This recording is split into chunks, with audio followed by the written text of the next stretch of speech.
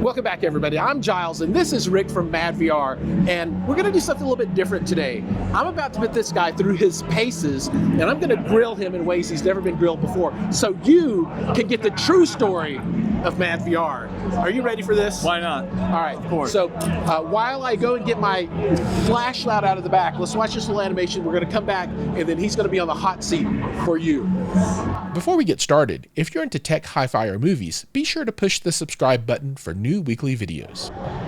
Hey everyone, Richard Latowski, co-founder and CEO of madVR Labs. I'm coming to you from Cedia 2025, where it has been an absolutely amazing show. There's about 12 or so MBs throughout the show floor with our amazing partners. We also have a couple of great demo rooms that we've been a big part of. That's been a really fantastic show, and we're here for a couple reasons, but most importantly is we've just released the MV Core Mark II, the Pro Mark III, and the Extreme Mark III video processors. Now, this Mark III, why would anybody want it? What's the deal, right? What is the upgrade? So the big thing with the new Core Mark II and the Pro and the Extreme Mark III is they're now HDMI full 48 gigabit per second, and ideal for gaming and other things, and future-proofing as well. So for example, you can do 4K, 120, 444, 12-bit out of a PlayStation 5 or a gaming console and render the whole thing out. In this case, we also support variable refresh rate, also known, of course, as VRR, from 1 hertz on the input all the way up to 360 hertz. So right now, we're running this PlayStation 5 Spider-Man 2 up to 240. All right, let's see what that looks like. So we got a PlayStation 5 down here. So this is the actual unit that's in play, right? Yep. And it's running through this guy right here. That's right. All right, and then this is the output, and so this is all live. Now, as a viewer, what you can't necessarily feel is what it feels like in your hands and what you're seeing through your eyes coming through the screen. But the latency really is negligible, and what I mean by that is not something that if you're not a pro gamer, anything that you'd be able to notice. So you have a wonderful gaming experience with all of the technology that madVR brings to bear on the image processing. So Rick, now it is true that the madVR treats the image coming off of the PlayStation the same way it does a video or a movie image, and it optimizes that. Is that correct? Yeah. I mean, they largely, but the way the input is handled, for example, in the cases of VRR, it's handled a little bit differently. It's a great advantage for gaming, for those of you that are gamers know. But as far as the image processing, this is still what you're seeing was with our HDR dynamic tone mapping, the highlight recovery, contrast recovery, shadow detail recovery. A lot of people have been commenting like, hey, this is a popular game. I have it on my PlayStation, Spider-Man 2, and it doesn't look anything near like this what it does on my gaming monitor or when I game in my theater. And they're calling out the detailed in the textures, the lighting, the dynamic nature of the image, even the colors and the pop and the vibrancy. So hopefully you catch some of that footage and it will be able to translate into there too. Yeah, let's just take a look at this. I mean, this is video, our content, coming straight off of the PlayStation. I mean, this is absolutely gorgeous. Looks very good. But this isn't all that is pretty awesome about this new box, right? And maybe we could talk about what's back there right behind you. Yeah, sure. So one of the things, in addition to the new models coming, there's new firmware coming, not just the new models, but for all of our models, including a gaming model, a gaming mode, I should say, that will go back to the previous units. So depending on what the units are, you'll pick up different types of functions like VRR or not, depending if it's a very old unit, so forth. But we're also introducing multilingual menus for our global audience in nearly 50 countries, as well as the world's first AI-based deinterlacing, which is great if you have that 1080i Blu-ray collection and you like concerts, or you're watching broadcast interlaced content like 1080i in many parts of the world. This is still how TV is delivered. But one of the other key functions is our new dynamic subtitle overlay. So subtitles are very important. Giles, you mentioned before we started that you watch with subtitles almost all the time.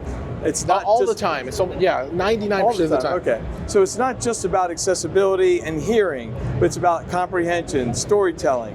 And a lot of people need the subtitles, but they don't necessarily like the experience because this is a good example, okay, where subtitles can be considered too big, too bright. And that affects your eyes, it affects the contrast on your TV or your display. It's filling up your room unnecessarily with a lot of bright light that then washes the image back off on the screen. And of course, the other issue is if you have a scope screen, with scope content, the bottom subtitle is always in the black bars, almost always. And so what happens is it gets cut off and it's on your masking. So in the past we had a great solution that was really popular where we dynamically would shrink the image down to make room for the bottom subtitle, and that worked really, really well. But you did have the aspect of it moving up and moving back. And while it was automatic and great, it still could disrupt your viewing experience. So now with dynamic subtitle overlay, what we do is we essentially cut the pixels out. It's important to remember by the time the video gets to us, this is not like a subtitle file. These pixels for the subtitle are no different than any other pixel. So it's just like putting them all in a blender. So we're able to identify the pixels responsible for the subtitle, cut them out, fill in the holes. So for example, this about is really here, and this any is where the about is. So we're able to cut them out, use in-painting to fill these back in, and then paste them back into the content here where they dynamically should be.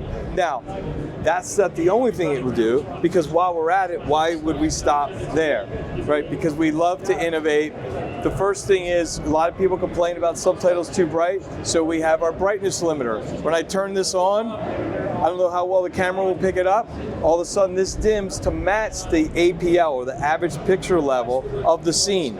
So this is a rather dark scene, not super dark, but rather dark, taking place at night. The subtitles don't need to be this bright, okay? Hard on your eyes that we talked about, and affects contrast. The next thing we do is we have adaptive text color, okay? So that turns the color to dynamically match the most prevalent color in the color palette on the screen. It creates a more harmonious look for the image, so that, again, the subtitles are very readable, but they're here and you can see them without having to strain your eyes. And then lastly, we have the ability to shrink subtitles, because a lot of people say that they're unnecessarily too large. And so here, I'll just move it down by 5% steps. Okay, and so overall now, this is our experience, okay? So if I go back for a moment. Now, so one question while you're doing this. So when you've got this set on to match the screen color, as the content changes, the color of the subtitles will change, right? So it doesn't lock in to any particular scene. It will, on the fly, make it appropriate. It's a great point, and what it does is this very casual and beautiful transition between the colors, and same thing for the brightness. So I'm going to go ahead and reverse this now that we've had this on the screen for a little bit, to go back to how it is otherwise. So I'm going to go back to the size, back to the regular text, and remove the limiter. God, that's amazing. And it makes it more comfortable, because a lot of times you may not be the one. In your case, you are the one. I am the one. But what if your son or someone else you're watching with says, I don't want to see that, you're ruining the movie? Well, you need them on, so it's not a great experience now for anyone. So by doing this, the beauty is that now they're there. If you want to see them, you just move your eyes here and focus on it. Highly readable. If you are the one watching that doesn't want them on, you just continue to focus here and your eyes are not distracted by the subtitles. So getting rid of the nuisance aspect is really big. Right on. And one thing I'll say is if you question the validity or value of subtitles, watch Witcher Season 1. And if you've not read the books, they will use so many words that you have no, it's all fantasy words, right? And you're like, what did they just say? The subtitles will make that intelligible to you, right? So, like you said, it's not about hearing, it's about understanding. Right? It's a big deal. Right. These are great, compelling features, and people are going to ask the next logical question, which is, I want it, how do I get it? So what do they do? How do they get this thing? Sure, so the new models are shipping this fall. The NV Core Mark 1 also was significantly price reduced as well. Very capable of doing all the things that we talked about here. With the Core Premium package, you can pick up things like the dynamic subtitle overlay. And so it's a great entry-level model as well. It's an option. There are other models that we'll be talking about or will be shipping in the fall. And you can get more information going to madVRNV.com, and where you can learn more about setup guides, how it works, and then there's this great NV Academy Online that Jiles is quite familiar with. I know he spent quite a little time watching these lessons, and it will take you through and teach you everything that you need to know. It's our official dealer training, everything from what is it, what are the main functions, how do you set it up, what do I need to do, how do I put it in the rack, all that great stuff, all the way into the more complex aspects of the project. So again, madVRNV.com. Jiles, you're always fantastic to meet with. Really appreciate it. Love your channel. Thank you so much for taking the time to come out and meet with us.